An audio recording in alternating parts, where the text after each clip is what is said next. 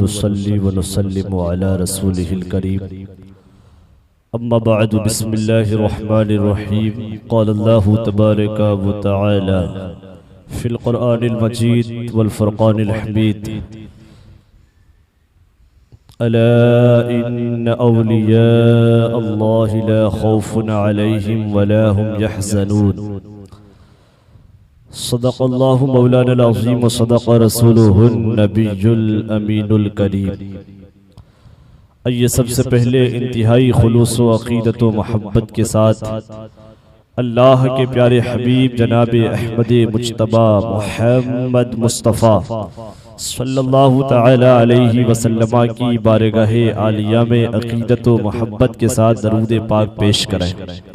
अल्लाहुम्मा सल्लि अला सय्यिदिना व मौलाना मुहम्मदिन मअदिनिल जूदि वल करमी व आलिहि व बारिक व सल्लिम। आज हम और आप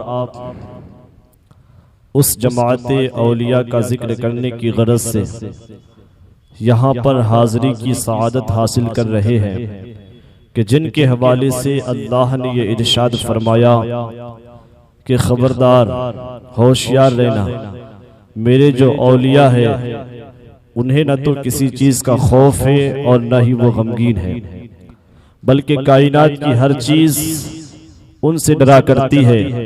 किसी कहने वाले ने क्या ही खूब फरमाया, जिसे डर नहीं है खुदा का उसे डर है हर बला का। जिसे डर नहीं है खुदा का उसे डर है हर बला का। जो फ़कत खुदा से डरते तो कुछ और बात होती। अज़ीज़ान मिल्लत इस्लामिया, औलिया किराम दुनिया की किसी चीज़ से नहीं डरते और दुनिया की किसी चीज़ का उन्हें गम भी नहीं होता, इसलिए कि औलिया इकराम को अल्लाह की रिज़ा हासिल होती है और अल्लाह की रिज़ा ये सबसे बड़ी दौलत है। अल्लाह की रिज़ा सबसे बड़ी नेमत है। अल्लाह की रिज़ा सबसे बड़ी रिफ़अत व अज़मत है और औलिया अल्लाह को यही चीज़ यानी रब की रिज़ा हासिल होती है।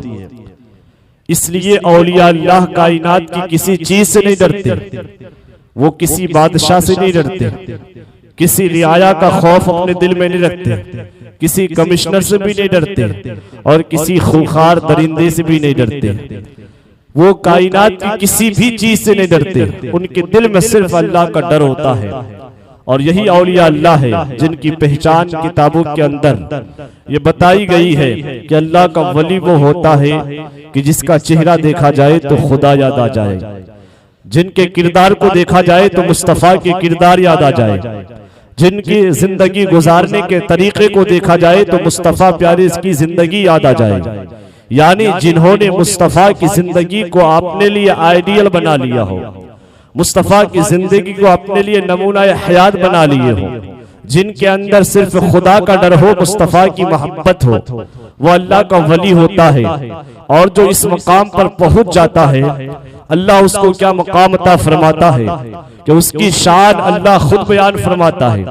हदीस कुदसी है, अल्लाह रब्बुल इज्जत फरमाता है, जो मेरा वली हो जाता है मैं उसका कान बन जाता हूँ जिससे वो सुनता है। जो मेरा वली बन जाता है मैं उसकी जबान बन जाता हूँ जिससे वो बोलता है। मैं उसके हाथ बन जाता हूँ जिससे वो पकड़ता है। मैं उसके पैर बन जाता हूँ जिससे वो चलता है। मैं उसकी आंखें बन जाता हूँ जिससे वो देखता है। मतलब क्या है? मतलब ये है वली का चलना हकीकत में खुदा का चलना है, वली का देखना हकीकत में खुदा का देखना है, वली का सुनना हकीकत में खुदा का सुनना है, वली का पकड़ना हकीकत में खुदा का पकड़ना है, वली का बोलना हकीकत में खुदा का बोलना है। इसलिए वली जो बोल देता है हकीकत में वो होकर के रहता है। वली अगर पत्थर को सोना कह दे तो वो सोना बन जाया करता है। वली अगर समंदर को रास्ता देने के बारे में कह दे तो वो रास्ता दे दिया करता है। औलिया इकराम को अल्लाह रब्बुल इज्जत ने बेशुमार तसर्रुफात अता फरमाया है है। आज हम दीन की तबलीग के लिए, दीन को फरोग देने के लिए न जाने किस किस तरीके से मेहनत कर रहे हैं, हमारे उलमा कोशिशें कर रहे हैं, लेकिन जो अल्लाह वाले होते हैं, जिनको रब का कुर्ब हासिल हो जाता है, वो एक निगाह उठा दे न जाने कितने लोगों को दामन इस्लाम से वाबस्ता फरमा दिया करता है। अल्लाह के एक वली का वाकया मैं आपके सामने अर्ज करूं। अल्लाह के एक वली एक झोपड़ी में, जंगल के अंदर एक झोपड़ी में रहकर रब की इबादत किया करते थे। मखलूक में से कोई उन्हें पहचानती नहीं थी, इंसान उन्हें जानता नहीं था। अल्लाह अकबर, वो एक झोपड़ी में रह करके अल्लाह को याद कर रहा था, मुस्तफा पे दरूद पढ़ रहा था, नबी की नाते पढ़ रहा था, अल्लाह की पाकी बयान करता था। उसी झोपड़ी में रहकर एक दिन ऐसा होता है, उसी झोपड़ी के करीब से हिंदू लोगों की बारात का गुजर होता है।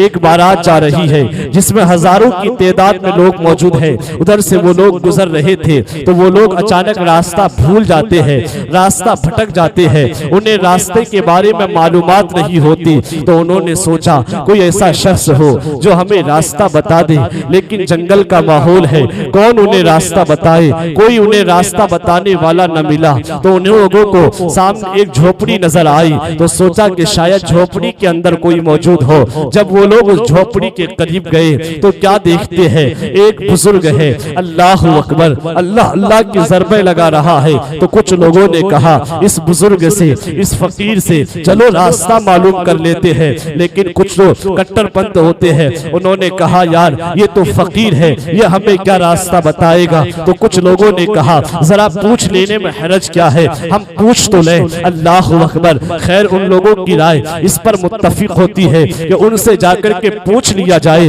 अब सारे लोग उस फकीर की झोपड़ी के दरवाजे पे दस्तक देते हैं, अंदर से आवाज आती है, कौन? वो लोग कहते हैं बाबा जान हम रास्ता भटक गए हैं, रास्ता भूल गए हैं, आप हमें रास्ता बता दीजिए। अल्लाह अकबर, जैसे ही उस अल्लाह के वली ने सुना तो समझ गए ये कोई मुसाफिर लोग हैं, रास्ता भूल गए हैं, ये रास्ता देखना चाहते हैं। वो फकीर बाहर तशरीफ लाते हैं और उसके बाद उन लोगों को मुखातब करके फरमाते हैं, ए लोगों, तुम लोगों ने रास्ते के मालूमात के हवाले से मुझसे सवाल किया है, मैं तुम लोगों से दो बात कहता हूँ, उन दो बात में से एक बात पे जरूर हाँ बोलना। मैं ये पूछता हूँ तुम्हें मैं रास्ता बताऊं या रास्ता दिखाऊं? इसलिए कि रास्ता बताने और दिखाने में बड़ा फर्क है। तुम मुझे ये बताओ मैं तुम्हें रास्ता बताऊं या रास्ता दिखाऊं? वो लोग भी इतना तो अकल रखते थे, जानते थे कि अगर ये बता देंगे हो सकता है हम जाके फिर बीच में भटक जाएं, लेकिन जब हमें ये दिखा देंगे, मुशाहदा करा देंगे, फिर भटकने का सवाल पैदा नहीं होता। तो उन लोगों ने कहा बाबा जान आप हमें रास्ता बताइए मत, बल्कि आप हमें रास्ता दिखा दीजिए, आप हमें रास्ता दिखा दीजिए। तो उन अल्लाह वाले ने कहा कि आप सब अपनी अपनी आंखें बंद कर लो। सारे लोगों ने अपनी अपनी आंखें बंद कर ली।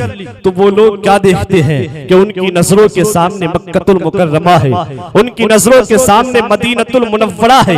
अल्लाह अकबर, वो फकीर कहता है ए लोगों, तुम लोग बहुत सालों से अपना रास्ता भूल चुके हो, रास्ता भटक चुके हो, तुम्हारा रास्ता हकीकत में वही है जिसका तुम अभी मुशाहिदा कर रहे हो। तुम्हारा रास्ता मक्कतुल मुकर्रमा है, तुम्हारा रास्ता मदीनतुल मुनव्वरा है। तुम मुस्तफा प्यारे के रास्ते पे चलो, मुस्तफा तक पहुंचने की कोशिश करो, रब तक पहुंचने की कोशिश करो, तुम्हारा रास्ता यही है। अल्लाह अकबर, जब उन लोगों ने आंखें खोला, आंखें खोलने के बाद वो लोग उस फकीर के सामने हाथ जोड़ लेते हैं। अल्लाह अकबर, ज़ानुए अदब को तह करते हुए वो लोग ये कहते हैं ए अल्लाह वाले, आप हमें दामन इस्लाम से वाबस्ता फरमा दीजिए, आप हमें मुस्तफा का गुलाम बना दीजिए। सारे लोग उस वली के अल्लाह अकबर एक निगाह के कमाल को देख करके सारे लोग दामन इस्लाम से वाबस्ता हो जाया करते हैं। इसीलिए मैं कहता हूँ अल्लाह वाले एक निगाह में जो दीन की तबलीग कर देते हैं, जो सिर्फ एक आलिम हो वो पूरी जिंदगी दीन की उतनी तबलीग नहीं कर सकते। एक अल्लाह वाला जितनी तबलीग सिर्फ आग झपकने में कर दिया करते हैं। अजीजान मिल्लत इस्लामिया, आखिर ऐसा क्यों होता है? इसलिए कि अल्लाह वालों के पास जो ताकत होती है ना, उसे रूहानी ताकत कहते हैं, और दुनिया वालों के पास जो ताकत होती है उसे मादी ताकत कहते हैं। और मादी ताकत और रूहानी ताकत में बड़ा फर्क होता है।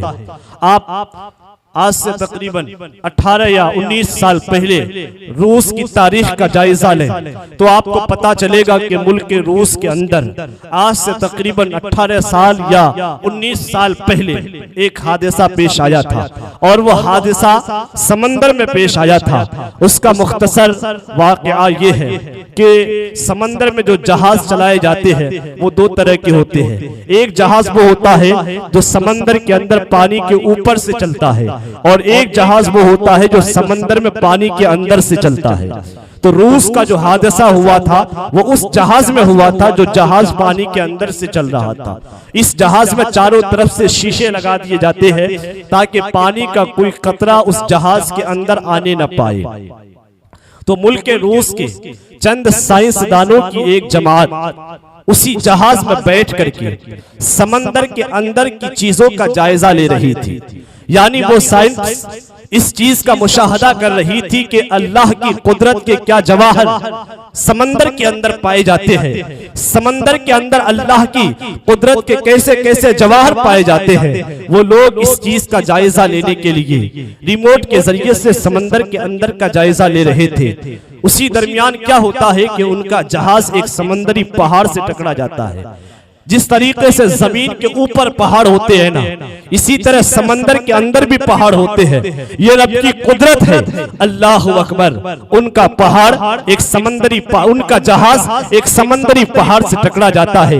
यहाँ तक कि उन लोगों की जान खतरे में आ जाती है। सारे लोग जानो माल से मायूस हो जाते हैं। तो उन साइंसदानों का पूरा काम चूंकि रिमोट के जरिए से हो रहा था तो उन लोगों ने रिमोट के जरिए से हुकूमत रूस को इत्तला दी कि आप हमारी खबर लीजिए, हमारा जहाज एक समंदरी पहाड़ से टकरा गया है, हम सबकी जान खतरे में है, इसलिए हमें इससे निकालने के लिए जल्दी कोशिश कीजिए। हुकूमत रूस ने पूरी ताकत लगा दी लेकिन कोशिश में नाकाम रहे। फिर उन लोगों ने आलमी सतह पर दूसरे ममालिक के साइंसदानों से मदद चाहिए। यहाँ तक कि नार्वे के बड़े बड़े साइंसदान वहां पहुंच गए। नार्वे के वो साइंसदान जिन्हें अपनी ताकत पर बड़ा घमंड था, बड़ा गुरूर था, वो इतराते थे, वो सारे लोग वहां पहुंचे और जाने के बाद जहाज का पता तो लगा लिया। जहाज को पानी के अंदर से बाहर निकालने में कामयाब तो हो गए लेकिन जो लोग जहाज के अंदर थे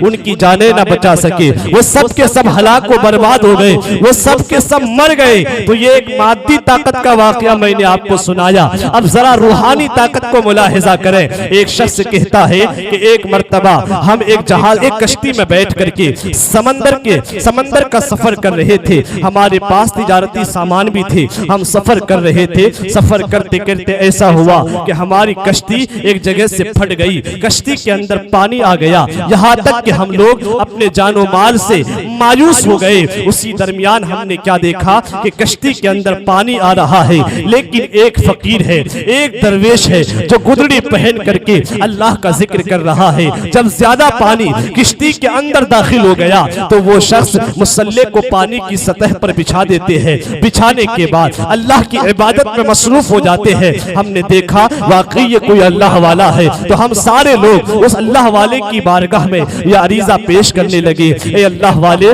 हमारे हाले जार पर जरा रहम कीजिए ना। वो हमारी तरफ मुतवज्जह नहीं हुए, अल्लाह की इबादत करते रहे। तो हमने उनकी बारगाह में अर्ज किया, आपको उस खुदा का वास्ता है जिस खुदा की आप इबादत कर रहे हैं, जिस खुदा ने आपको इबादत करने की ताकत अता फरमाई है, आप हमारी तरफ नजरे रहमत फरमाइए। तो उस अल्लाह वाले ने कहा, जरा बताओ तो सही तुम लोगों का क्या हाल है। तो वो लोग कहने लगे, हुजूर क्या आप हमें देखते नहीं है, हमारी जान खतरे में है, जरा हमारे ऊपर रहम फरमाइए। तो उस अल्लाह वाले ने फरमाया, तुम लोग अल्लाह का तकर्रुब हासिल करो। तो उन लोगों ने कहा कि हम किस चीज से अल्लाह का तकर्रुब हासिल करें। तो उस अल्लाह वाले ने कहा, दुनिया को छोड़ने से यानी तर्क दुनिया इख्तियार कर लो, अल्लाह की तरफ मुतवज्जह हो जाओ। अल्लाह अकबर। तो उन लोगों ने कहा हमने ऐसा ही किया। तो अल्लाह वाले ने कहा, तुम सब अल्लाह का नाम लेकर के पानी के ऊपर तशरीफ ले आओ, कश्ती से निकल पड़ो और पानी पे खड़े हो जाओ। वो लोग कहते हैं हम तकरीबन 200 अफराद थे, सब के सब पानी की सतह पर खड़े हो गए। अल्लाह अकबर, ये उनकी करामत थी कि हम पानी के ऊपर खड़े रहे। और उसके बाद उस अल्लाह वाले ने फरमाया कि तुम सब एक बहुत बड़े खतरे से बच गए, अब तुम लोग जहां जाना चाहो जा सकते हो। तो वो लोग कहते हैं हमने उस अल्लाह वाले की बारगाह में ये गुजारिश की, ए अल्लाह वाले आपने हम पर करम फरमाया, इतने बड़े खतरे से आपने हमको निकाल लिया, आप जरा अपना नाम बता दीजिए, आपका इसमें शरीफ क्या है। तो अल्लाह वाला कहता है मैं कोई और नहीं, मैं अवैस करनी हूँ, मैं अवैस करनी हूँ। ये कौन अवैस करनी है?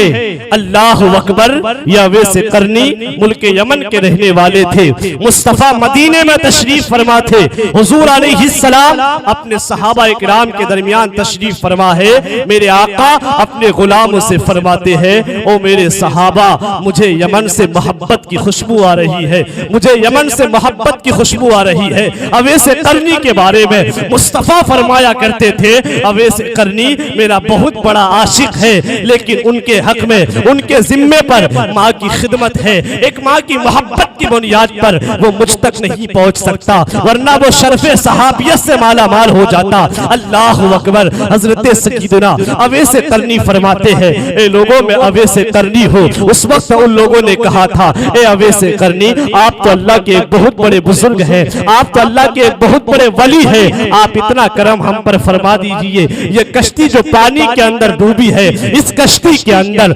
मदीना शरीफ के फकरा के कुछ अमवाल है जो मिस्र के एक बादशाह ने फकराए मदीना के नाम से भेजा है। हमें इन मालों को उन तक पहुंचाना था, आप इन मालों को वापस कर दीजिए। तो हजरत अवैस करनी ने फरमाया, ए लोगों, मैं तुम्हारा माल वापस तो कर दूंगा, लेकिन क्या वाकई तुम इन मालों को मदीने के फकीरों तक पहुंचा दोगे? तो उन लोगों ने वादा किया, हुजूर हम उन मालों को यकीनन वहां तक पहुंचा देंगे। तो हजरत सकीदुना अवैस करनी रज़ी अल्लाह तबारक व तआला ने पानी की सतह पर 2 रकात नमाज पढ़ी, रब की बारगाह में दुआ की। अल्लाह अकबर। जब आपने दुआ की, लोगों ने क्या देखा, वो कश्ती जो डूब चुकी थी पानी के सतह के ऊपर आकर तैरने लगी। अवैस करनी ने फरमाया, ए लोगों, कश्ती भी वापस आ गई है, माल भी वापस आ गए हैं, तुम लोग इसके ऊपर सवार होकर के मदीना चले जाओ। मदीना जाने के बाद उन मालों को वहां पर तकसीम कर देना। इतना कहने के बाद हजरत सकीदुना अवैस करनी रज़ी अल्लाह तआला अन्हु उन लोगों की निगाहों से ओझल हो गए। वो लोग कहते हैं, हम लोग कश्ती के ऊपर सवार हुए और उसके बाद हम लोग बहिफाजत मदीना पहुंचे। वहां जाने के बाद हमने उन तमाम मालों को मदीने की सरजमीन पर रहने वाले तमाम फुकरा और मसाकीन के दरमियान तकसीम कर दिया, यहाँ तक कि मदीना शरीफ में कोई फकीर न रहा। तो मैं आपको ये बताना चाहता हूँ, मादी ताकत का आलम यह है कि वो लोगों की जानें नहीं बचा सके, अगरचे लाशें वापस ले आए, लेकिन रूहानी ताकत का मामला यह है कि अल्लाह अकबर, वो जान भी बचा लिया करती है, माल भी बचा लिया करती है, कश्ती जो डूब जाती है उसे भी वापस निकाल लिया करती है। यह अल्लाह वालों की शान हुआ करती है। अजीजान मिल्लत इस्लामिया, तो अल्लाह वालों को अल्लाह रब्बुल इज्जत ने यह मकाम अता फरमाया, यह पावर अता फरमाया। आज पूरी दुनिया ये कहती है हम सुपर पावर है, लेकिन हकीकत यह है कि सुपर पावर अल्लाह ने इस धरती के ऊपर इस वक्त जिसको बनाया है वो कोई और नहीं बल्कि औलिया अल्लाह है। अज़ीज़ान मिल्लत इस्लामिया, खास तौर पर आज जिस बारगाह में हम और आप खिराज अकीदत पेश करने की गरज से हाजिर है, वो बारगाह किसी और की बारगाह नहीं बल्कि सुल्तानुल मशाइख, इमामुल महबूबीन, इमामुल मुस्सादिकीन, हजरत महबूब इलाही निजामुद्दीन औलिया रहमतुल्लाह अलैह की बारगाह है। आज उनकी बारगाह में हम और आप खिराज अकीदत पेश कर रहे हैं। हजरत मोहतरम सय्यदुना निजामुद्दीन औलिया रहमतुल्लाह अलैह 636 हिजरी में आपकी विलादत बदायूं शरीफ की सरजमीन में होती है। बदायूं की सरजमीन पर आपकी विलादत हुई एक सादात घराने में, और आप एक सहीह नसब सय्यदजादे थे। आपके वालिद गिरामी अपने वक्त के एक जय्यद आलिम दीन भी थे, सूफी बासफा भी थे, वली कामिल भी थे, और आपकी जो वालिदा थी वो भी वक्त की वलिया थी। अल्लाह अकबर। तारीख ये बताती है, रिवायत ये कहती है कि हजरत सय्यदुना निजामुद्दीन औलिया महबूब इलाही की उम्र शरीफ तकरीबन 5 साल की थी कि आपके वालिद गिरामी का इंतकाल हो जाता है। आप बाप के साए साये से महरूम हो जाते हैं। आपकी परवरिश, आपकी तरबियत, आपकी तालीम, हजरत आपकी वालिदा माजिदा अल्लाह अकबर इसके लिए जद्दोजहद करती है। यहाँ तक के आपकी परवरिश और आपकी तालीम और तरबियत के अंदर आपकी वालिदा माजिदा ने कोई कसर बाकी ना रखी। फिर जब आप बढ़ते गए, यहाँ तक के आप हजरत सय्यदुना शेखुश शुयूख वल आलम सय्यदुना बाबा फरीदुद्दीन गंजे शकर रदी अल्लाह ताला के दामन से वाबस्ता हुए, उनसे आप मुरीद हुए, उनसे आपने इरादत हासिल की। फिर हजरत बाबा फरीदुद्दीन गंजे शकर रदी अल्लाह ताला ने आपको खिलाफत और इजाजत से भी नवाजा। हजरत सय्यदुना निजामुद्दीन औलिया रदी अल्लाह ताला की जिंदगी को जब हम पढ़ते हैं तो पता चलता है कि आपने अपनी जिंदगी को तजर्रुद में गुजारी है। आपके बारे में हजरत ख्वाजा अजीजुद्दीन रहमतुल्लाह अलैह ने एक मर्तबा ये फरमाया था कि निजामुद्दीन औलिया की जिंदगी खुशहाली में गुजर रही है, उन्हें कोई गम नहीं है, कोई परेशानी नहीं है। कुछ दिनों के बाद इस बात की खबर जब सय्यदुना निजामुद्दीन औलिया महबूब इलाही तक पहुंचती है तो महबूब इलाही फरमाते हैं, ए लोगों, तुम तो ये समझते हो मुझे कोई गम नहीं है, मुझे कोई परेशानी नहीं है, लेकिन जितना गम मुझे है कायनात में इतना गम किसी को नहीं है। आप फरमाते हैं, ए लोगों, मखलूक के खुदा मेरे पास आती है, अपने दर्द, अपनी मुसीबत को मेरे पास बयान करती है, जिसे सुनने के बाद मेरा कलेजा फट जाता है, मेरा दिल गमगीन हो जाता है। सय्यदुना महबूब इलाही ने पूरी जिंदगी इंसानियत की खिदमत गुजारी में गुजारी है। आपने पूरी जिंदगी मखलूक के खुदा पर रहम किया, मखलूक के खुदा की जरूरियात को पूरी करते रहे। हजरत सय्यदुना महबूब इलाही रज़ी अल्लाह ताला अन्हु के कई अलक़ाबात हैं। एक लक़ब आपका इमामुल महबूबीन, एक लक़ब आपका इमामुस सिद्दीक़ीन, एक लक़ब आपका सुल्तानुल मशाइख, एक लक़ब आपका महबूब इलाही, एक लक़ब आपका निज़ामुद्दीन औलिया। ये आपके अलक़ाबात हैं, लेकिन हकीकत में जो आपका नाम है वो सय्यद मोहम्मद है। आपका नाम सय्यद मोहम्मद है, लेकिन आपके जो दो लक़ब है बहुत मशहूर है। पूरी दुनिया जब भी आपको याद करती है या तो महबूब इलाही कहती है या निज़ामुद्दीन औलिया कहते हैं। आखिर ऐसा क्यों? आपको निजामुद्दीन कब से कहा जाने लगा? हालांकि बाप ने ये नाम नहीं रखा था, माँ ने ये नाम नहीं रखा था, रिश्तेदारों ने आपका नाम ये नहीं रखा था, बल्कि आपका नाम तो सय्यद मोहम्मद था, लेकिन जमाना आपको निजामुद्दीन के नाम से याद करता है। इसकी वजह यह है, जब आप बदायूं की सरजमीन पर थे, उस वक्त आपका मकान बदायूं शरीफ की सरजमीन पे था। आप एक दिन अपने घर के अंदर तशरीफ फरमा थे, बाहर से किसी ने आवाज दी, मौलाना निजामुद्दीन। तो आपने समझा कि शायद आपको किसी ने बाहर बुलाया है। आपने दरवाजे को खोला और घर के बाहर तशरीफ लाए तो आपने क्या देखा? गैबी आवाज आई, अस्सलामु अलैकुम मौलाना निजामुद्दीन। उसी दिन से आपका ये लक़ब इतना मशहूर हुआ कि आज तक दुनिया आपको निजामुद्दीन के नाम से याद करती है और सुबह क़यामत तक इंशाअल्लाह दुनिया आपको निजामुद्दीन के नाम से याद करती रहेगी। आपका जो दूसरा लक़ब है वो महबूब इलाही है। आपको महबूब इलाही क्यों कहा जाता है? इसका पस मंजर ये है कि आपकी वालिदा माजिदा ज़ईफ थी, ज़ईफा थी, बड़ी कमजोर थी, बीमार थी। हजरत महबूब इलाही अल्लाहु अकबर, सर्दियों की रात होती थी, लेकिन आप रात की तारीकियों में बैठ करके रब को याद क्या करते थे?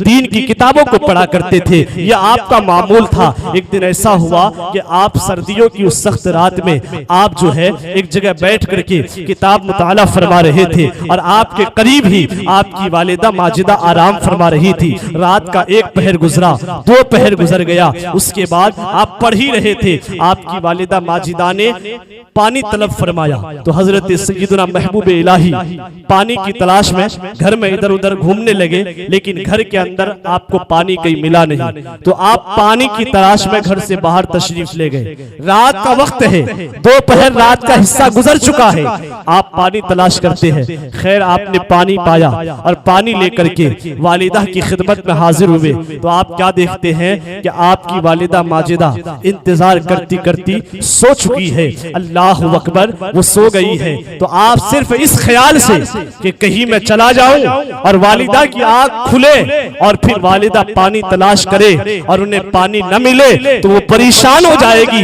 अल्लाहु अकबर, हजरत सय्यदुना महबूब इलाही इसी ख्याल में पूरी रात माँ को खुश करने के लिए, माँ की मोहब्बत में आप पूरी रात वहीं पर पानी लेकर के खड़े रहे, यहाँ तक कि सुबह की सफेदी फैली, फजर की नमाज का वक्त हो गया।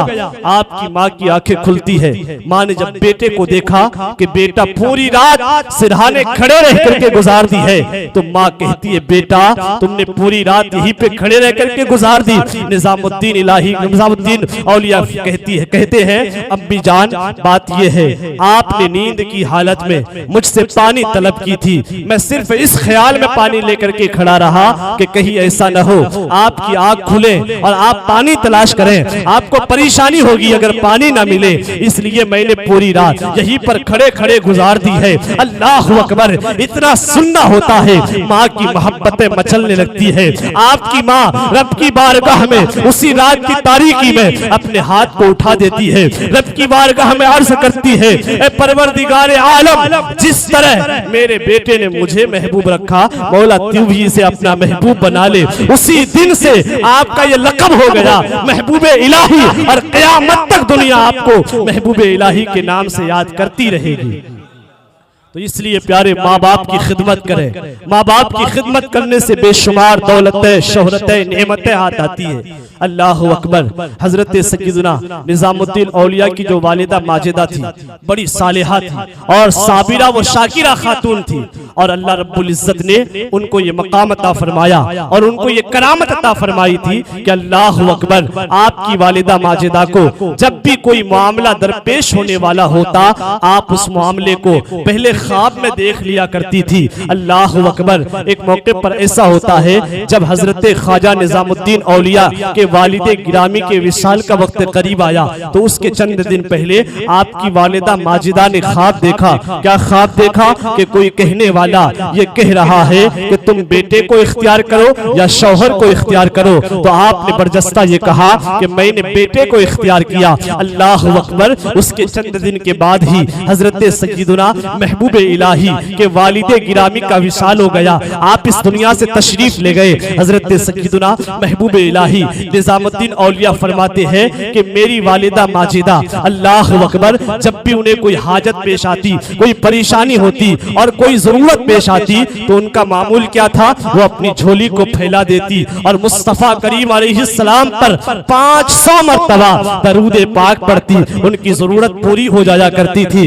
एक मरतबा मेरी वालिदा माजिदा की जो लौंडी थी वो गायब हो गई। वो गायब हुई तो मेरी वालिदा माजिदा ने अपने सर से दो पट्टे को उतार दिया और रब की बारगाह में दुआ करने लगी, ए परवरदिगार आलम, जब तक मेरी लौंडी वापस नहीं आ जाएगी मैं सर पे दो पट्टा नहीं रखूंगी। महबूब इलाही कहते हैं जब मेरी वालिदा ने रब की बारगाह में यह अरीजा पेश किया, उसी वक्त वो लौंडी हाजिर हो गई। अल्लाह रब्बुल इज्जत ने महबूब इलाही की वालिदा माजिदा को बेशुमार करामत और कश्फ अता फरमाई थी। अल्लाह अकबर। हजरत सय्यदना महबूब इलाही कहते हैं कि मेरा ये मामूल था कि जब जब मैं चांद देखता, अल्लाह अकबर, चांद देखने के बाद मैं वालिदा की कदमों के पास जाता, वालिदा की बारगाह में सलाम अर्ज करता, उनके कदमे मैमनते लुज़ूम को चूमता।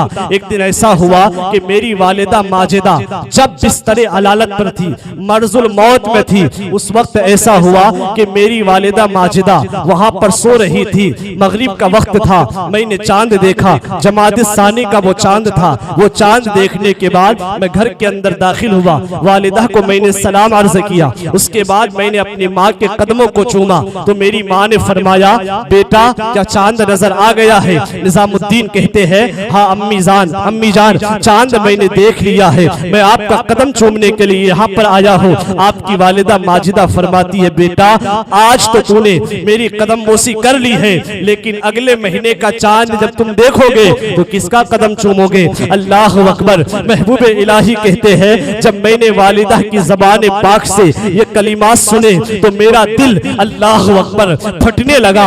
मैं समझ गया अब मेरी वालिदा के रुखसत का वक्त करीब करीब आ चुका है। अल्लाह अकबर। खैर आपने रोते रोते आपकी वालिदा की बारगाह में अर्ज किया, अम्मा जान आप जब चली जाओगी तो आप मुझे किसके सपुर्द करके जाओगी? आपकी वालिदा फरमाती है, बेटा ये बात मैं तुम्हें अभी नहीं बता सकती, बल्कि जब सुबह की सफेदी फैलेगी मैं ये बात तुम्हें बता दूंगी। अल्लाह अकबर। पूरी रात परेशानी में हजरत सय्यदुना महबूब इलाही ने गुजार दी। जब सुबह की सफेदी फैली अपनी माँ की बारगाह में हाजिर हुए। हाजिर होने के बाद अर्ज की, अम्मी जान जरा बता तो दो, आप जब तशरीफ ले जाओगी आप मुझे किसके सुपुर्द करोगी? जब आपने ये फरमाया, आपकी वालिदा माजिदा ने आपके हाथ को पकड़ा और पकड़ने के बाद आसमान की तरफ उसे बुलंद की और बुलंद करने के बाद आपकी माँ ने रब की बारगाह में ये दुआ की, ए मेरे परवरदिगार आलम, मैं अपना ये बेटा तेरे सुपुर्द करती हो। उसके बाद महबूब इलाही कहते हैं, मेरी माँ कलमा पढ़ने लगी। कलीमा पढ़ते पढ़ते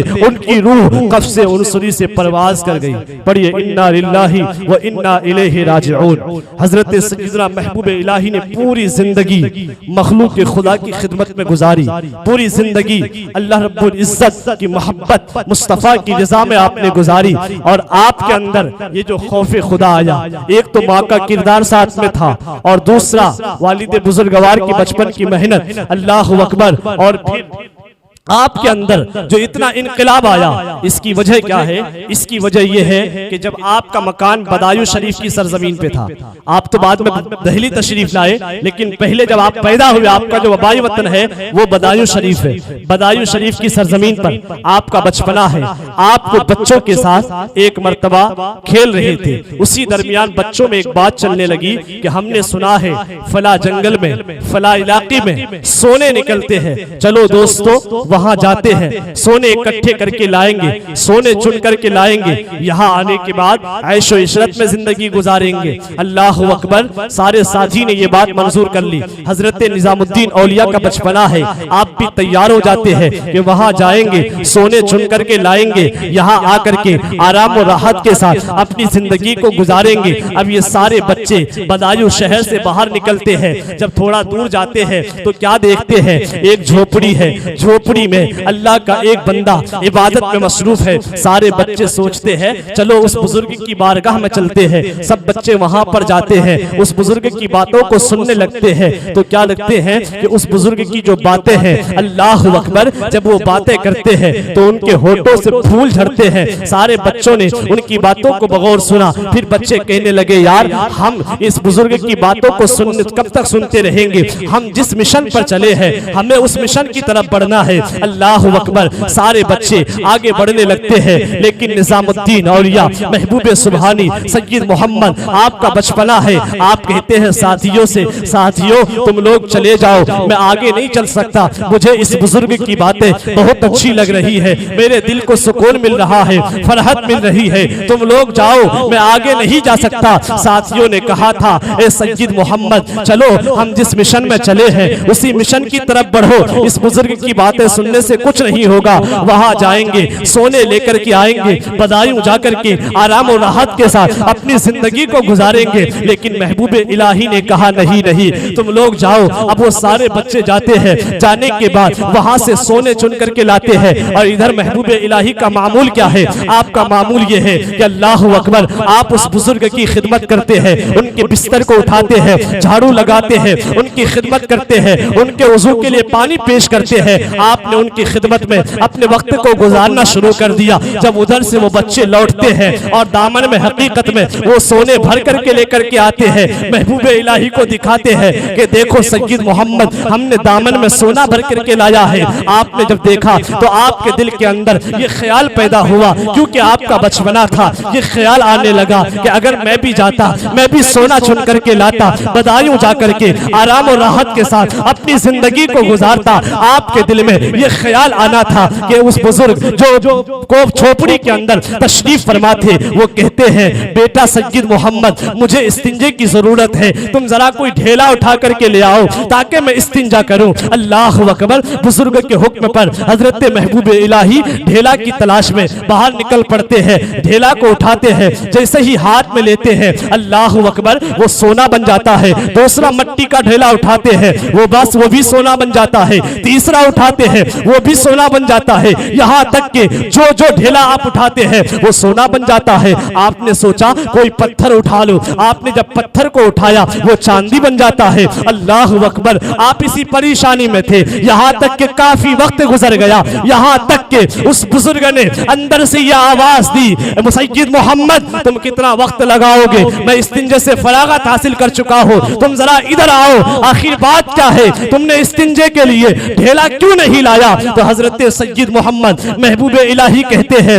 हुजूर मैं जिस ढेले को उठाता हूँ वो हाथ में आने के बाद सोना बन जाया करता है, पत्थर को उठाता हूँ वो चांदी बन जाया करता है। तो वो बुजुर्ग फरमाते हैं, बेटा तुम वो सोना ही लेकर के मेरे पास क्यों नहीं लेकर के आए? महबूब इलाही कहते हैं, हुजूर आपकी खिदमत करने के बाद इतना इल्म तो मेरे अंदर भी आ चुका है कि सोना ये इस्तिंजे के काबिल नहीं है, सोने से इस्तिंजा जायज नहीं है। वो बुजुर्ग फरमाते हैं, बेटा जरा सोचो तो सही, ऐसी चीज जिसकी ये भी हैसियत नहीं है कि वो इस्तिंजे के काम में आए, तुम उसी चीज की तलाश में निकल पड़े हो। अल्लाह अकबर। बुजुर्ग की जबान से ये जुमला निकलना होता है, आपके अंदर रब की मोहब्बत पैदा हो जाती है और आपके अंदर वो इनकलाब पैदा होता है कि आप ये अहद कर लेते हैं, अब मैं पूरी जिंदगी रब की इबादत में गुजारूंगा, दीन के अहकाम पर अमल करते हुए गुजारूंगा।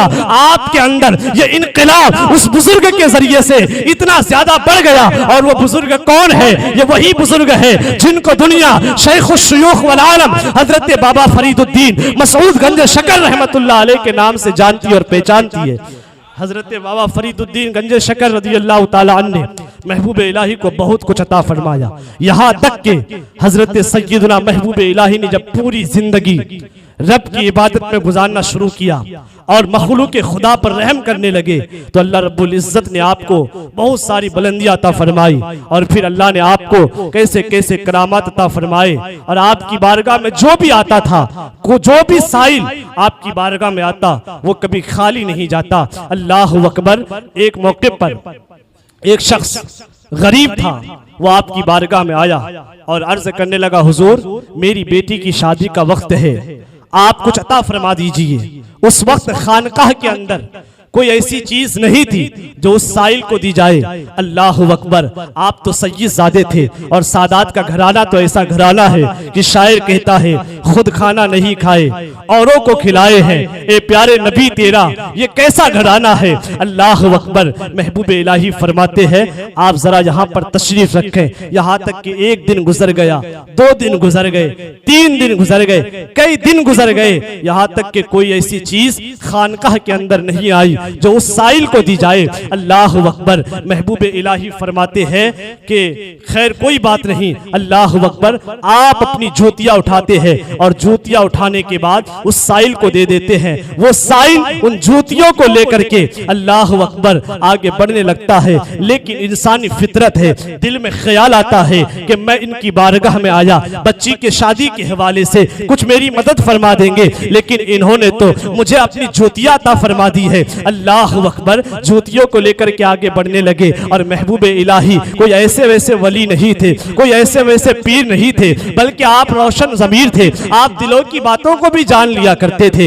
एक मकाम पर आपकी बारगाह में, आपकी खानकाह के अंदर एक कलंदर आता है। आने के बाद वो भूख की शिकायत करता है। अल्लाह अकबर। आपके कुछ खादिमों ने उनके सामने खाना रख दिया, लेकिन जब उसने खाना को देखा तो कहने लगा, ये तो बहुत खराब खाना है, यहाँ तक कि उसने खाना को फेंक दिया। अल्लाह अकबर। दूसरा खाना उनके सामने पेश किया गया, उन्होंने उस खाने को भी फेंक दिया। तीसरा खाना पेश किया गया, उसे भी फेंक दिया और कहने लगा ये खाना अच्छा नहीं है। महबूब इलाही अंदर तशरीफ फरमाते, आपने फरमाया उस कलंदर को जरा मेरे पास तो ले आओ। अल्लाह अकबर। उसको जब महबूब इलाही की बारगाह में पेश किया गया तो महबूब इलाही ने जब उसको देखा तो आप फरमाते हैं कि आपने उस दिन जब आपको जान का खतरा लाहिक था, उस दिन ने जो आपने खाना खाया था, मुर्दा बैल के गोश्त के टुकड़े जो खाए थे, अल्लाह अकबर, उस खाने से तो मेरी खानकाह का खाना ज्यादा अच्छा है। अल्लाह अकबर। इतना सुनना होता है। वो कलंदर बोल पड़ता है, हुजूर ये राज की बात है,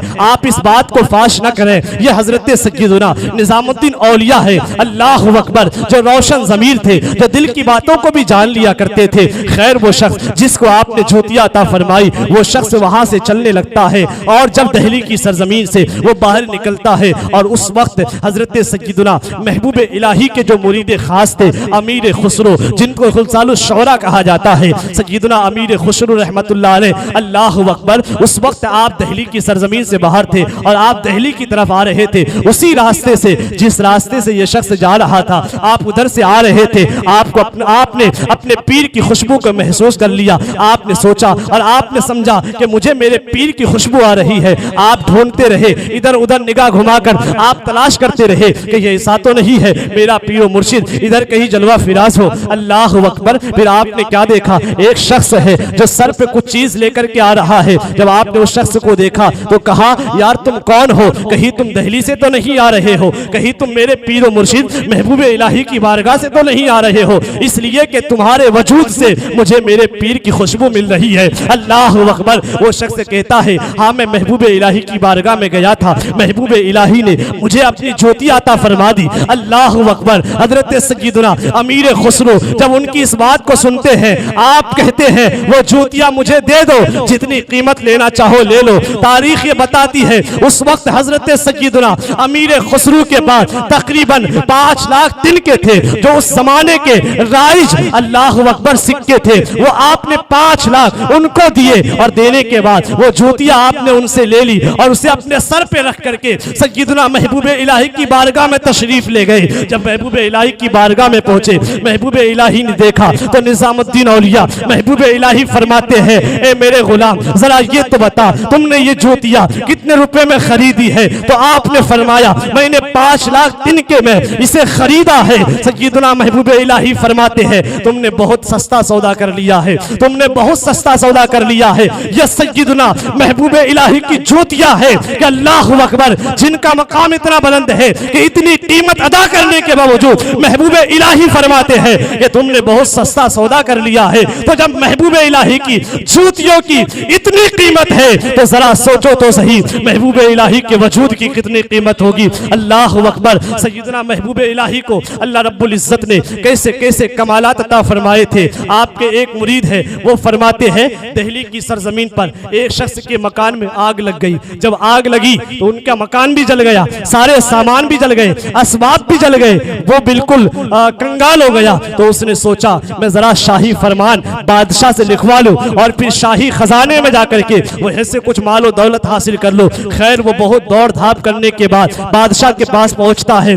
शाही फरमान नामा लिखवाता है। लिखवाने के बाद उसे लेकर के अपने घर आता है। अब उसका इरादा था मैं ये परवाना लिख कर ये नामा जो शाह ने मुझे लिख करके दिया है इसे लेकर के शाही खजाने में जाऊंगा और वहां से खजाने उठा करके ले आऊंगा। अल्लाह अकबर। लेकिन होता ऐसा है कि उनका वो कागज का टुकड़ा जिसमें बादशाह ने शाही परवाना लिख करके दिया था वो कागज का टुकड़ा गायब हो जाता है। वो परेशान हो जाता है और सोचता है इस वक्त दिल्ली की सरजमीन पर अल्लाह का वली हजरत सय्यदुना महबूब इलाही है, अल्लाह के पहुंचे हुए बंदे हैं, क्यों ना उनकी बारगाह में जाया जाए। आज हिंदुस्तान में हमसे कहा जाता है जब हम अल्लाह वालों की बारगाहों में अपनी जरूरतों को लेकर के जाते हैं तो हम पर शिर्क और कुफ्र के फतवे लगाए जाते हैं। लेकिन आप बुजुर्गों की तारीख पढ़ के देखें, इस्लाम की तारीख पढ़ के देखें, आपको पता चलेगा जब जब भी जरूरत पेश आई है लोग अल्लाह वालों की बारगाहों में गए हैं और अल्लाह वालों की बारगाहों में जाने के बाद जानो माल और इज्जत और आबरू की हिफाजत की भीख अल्लाह वालों की बारगाहों से मांगे हैं। अल्लाह अकबर। वो शख्स महबूब इलाही की बारगाह में जाते हैं, जाने के बाद सारा मुअम्मा अर्ज करते हैं हजरत सय्यदुना महबूब इलाही। अल्लाह अकबर। जरा उनकी निगाह देखें, महबूब इलाही फरमाते हैं आज तुम मेरे पास आए हो और आज अल्हम्दुलिल्लाह मेरे पीरो मुर्शिद शैखुश शुयूख वल आलम सय्यदुना बाबा फरीदुद्दीन गंदे शक्कर के नियाज का दिन है। तुम जरा हलवाई के दुकान पर जाओ और वहां से हलवा लेकर के आओ। आज हम अपने पीरो मुर्शिद के नाम से नियाज दिलाएंगे। अल्लाह अकबर। हकीकत में मकसूद ये नहीं था बल्कि मकसूद महबूब इलाही का जो था वो ये था कि वो जो हाजत लेकर के आया है उसकी जरूरत पूरी की जाए। अल्लाह अकबर। वो शख्स हलवाई के दुकान पर जाता है, हलवाई से जब हलवा लेता है और हलवाई अल्लाह अकबर जिस कागज के टुकड़े में हलवे को लपेट करके देता है वो शख्स जब उस कागज के टुकड़े को अपने हाथ में लेता है तो क्या देखता है वो कागज का टुकड़ा कोई और टुकड़ा नहीं है, बल्कि वो वही टुकड़ा है जिस पर बादशाह ने उसे शाही परवाना लिख करके दिया था। ये सय्यदना महबूब इलाही है। अजीज़ान मिल्लत इस्लामिया, महबूब इलाही की अगर जिंदगी को देखते हैं कलेजा मुंह को आता है कि आपने कैसी जिंदगी गुजारी। आज भाई भाई का दुश्मन है, आज रिश्तेदार रिश्तेदार का दुश्मन है। एक पड़ोसी को कोई हाजत पेश आ जाए हम पलट के देखना नहीं चाहते। अल्लाह अकबर। और हमारा हाल तो ये है कि अल्लाह अकबर, अगर हमारे रिश्तेदार में कोई गरीब हो, कोई मिस्कीन हो, तो हम लोगों के दरमियान उनके बारे में बताने में भी शर्म महसूस करते हैं कि फला हमारा रिश्तेदार है। अल्लाह अकबर। लेकिन महबूब इलाही की जिंदगी को आप पढ़ें तो आपको पता चलेगा कि महबूब इलाही की बारगाह में अल्लाह अकबर कोई भी आया है, आपने ये नहीं देखा है ये कहां से ताल्लुक रखता है, इसका घर कहां है, ये किस कबीले और किस इलाके से ताल्लुक रखते हैं, बल्कि आप अल्लाह की मखलूक समझ करके उसकी मदद फरमाया करते हैं। अल्लाह अकबर। और हजरत सय्यदना महबूब इलाही के खौफे खुदा का आलम यह था कि महबूब इलाही ने पूरी जिंदगी तजर्रुद में गुजारी है। आपने शादी नहीं की। अल्लाह अकबर। इसके पीछे का पस मंजर यह है कि ऐसा हुआ कि आप एक मर्तबा अपने पीर मुर्शिद बाबा फरीदुद्दीन गंजे शकर रदी अल्लाह ताला अन्हु की बारगाह में तशरीफ फरमा थे। तो हजरत सय्यदना बाबा फरीदुद्दीन ने आपको एक तहबंद अता फरमाया। हजरत सय्यदना निजामुद्दीन औलिया ने जब उस तहबंद को लिया तो आप उसको पाजामा के ऊपर पहनने लगे। जब आप बांधने लगे तो घबराहट की वजह से आपका हाथ सरक गया और वो तहबंद नीचे आ गया। जब वो तहबंद नीचे आ गया तो सय्यदना बाबा फरीदुद्दीन गंज शकर रदी अल्लाह ताला अन्हु ने फरमाया कि बेटे तुम इसको इतनी मजबूती से बांधो कि अब इसको क़यामत के दिन जन्नत की हूरें ही खोले। अल्लाह अकबर। आपके पीर की बात आपके दिल में घर कर जाती है और फिर आपने पूरी जिंदगी बेगैर शादीशुदा गुजारी। आपसे आपके एक मुरीद ने या आपके एक खलीफा ने आपसे इसके बारे में पूछा कि हुजूर आपने शादी क्यों नहीं की, तो आप फरमाते हैं जरा सुनो मैंने शादी क्यों नहीं की। हालांकि शादी से मुझे नफरत नहीं है, बल्कि शादी करना ये तो मेरे आका और मेरे नाना जान की प्यारी सुन्नत है। मेरे पीरो मुर्शिद ने भी शादी की और मेरे पीरो मुर्शिद के जो पीरो मुर्शिद है उन्होंने भी शादी की, उनके पीरो मुर्शिद ने भी शादी की और शादी करना ये मेरे नाना जान की सुन्नत है। लेकिन मैं शादी क्यों नहीं करता? रब के इस फरमान के खौफ से कि अल्लाह ताला ने फरमाया है कि तुम्हारी दौलत और तुम्हारी औलाद ये तुम्हारे लिए फितना है। तुम्हारी दौलत और तुम्हारी औलाद तुम्हारे लिए फितना है। आप कहते हैं मैंने सोचा कि कहीं मैं सुन्नत की पैरवी करूं और कहीं मैं फराइज से गाफिल न हो जाऊं, कहीं मैं शादी करूं और औलाद हो और औलाद की मोहब्बत की वजह से कहीं मैं फितने में मुब्तला न हो जाऊं, इसलिए मैंने बेगैर शादी किए हुए अपनी पूरी जिंदगी को गुजार दिया। अल्लाह अकबर। तो जरा सोचें कि हजरत सय्यदना महबूब इलाही ने शादी क्यों नहीं की। शादी न करने की एक ही रीजन है और वो ये है कि अल्लाह के खौफ से आपने शादी नहीं की। ये सय्यदना महबूब इलाही की जिंदगी है। अल्लाह रब्बुल इज्जत की बारगाह में दुआ है परवरदिगार आलम हम सब के दिलों में भी इस तरह खौफ खुदा पैदा फरमाए और औलिया इकराम से इसी तरह अल्लाह रब्बुल इज्जत हम सब को वाबस्ता रखे, वलियों की मोहब्बत में जिलाए और उन्हीं की मोहब्बत में अल्लाह ताला हम सभी को मौत नसीब फरमाए। वमा अलैना इल्लल बलाग। अस्सलामु अलैकुम व रहमतुल्लाहि व बरकातुहू।